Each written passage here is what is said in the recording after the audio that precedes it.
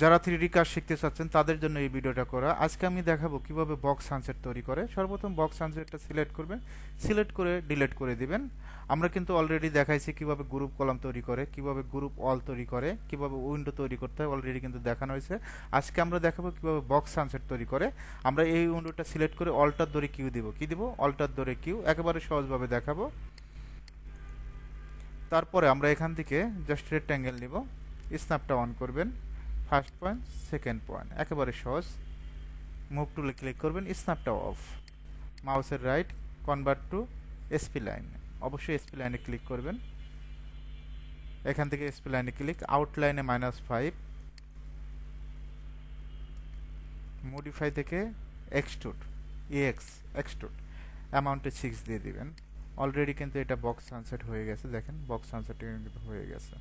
কোনো কারণে যদি বক্স সানসেটটা এটা ভিতরের দিকে থাকে, এরকম থাকে, আপনি ডিরেকশন দিয়ে চেঞ্জ করে দেবেন। এভাবে ডিরেকশন দিয়ে খুব সুন্দরভাবে কিন্তু চেঞ্জ করতে পারবেন। এখন আমরা আইসোলেটে ক্লিক করব। অলরেডি কিন্তু এটা বক্স সানসেট হয়ে গেছে।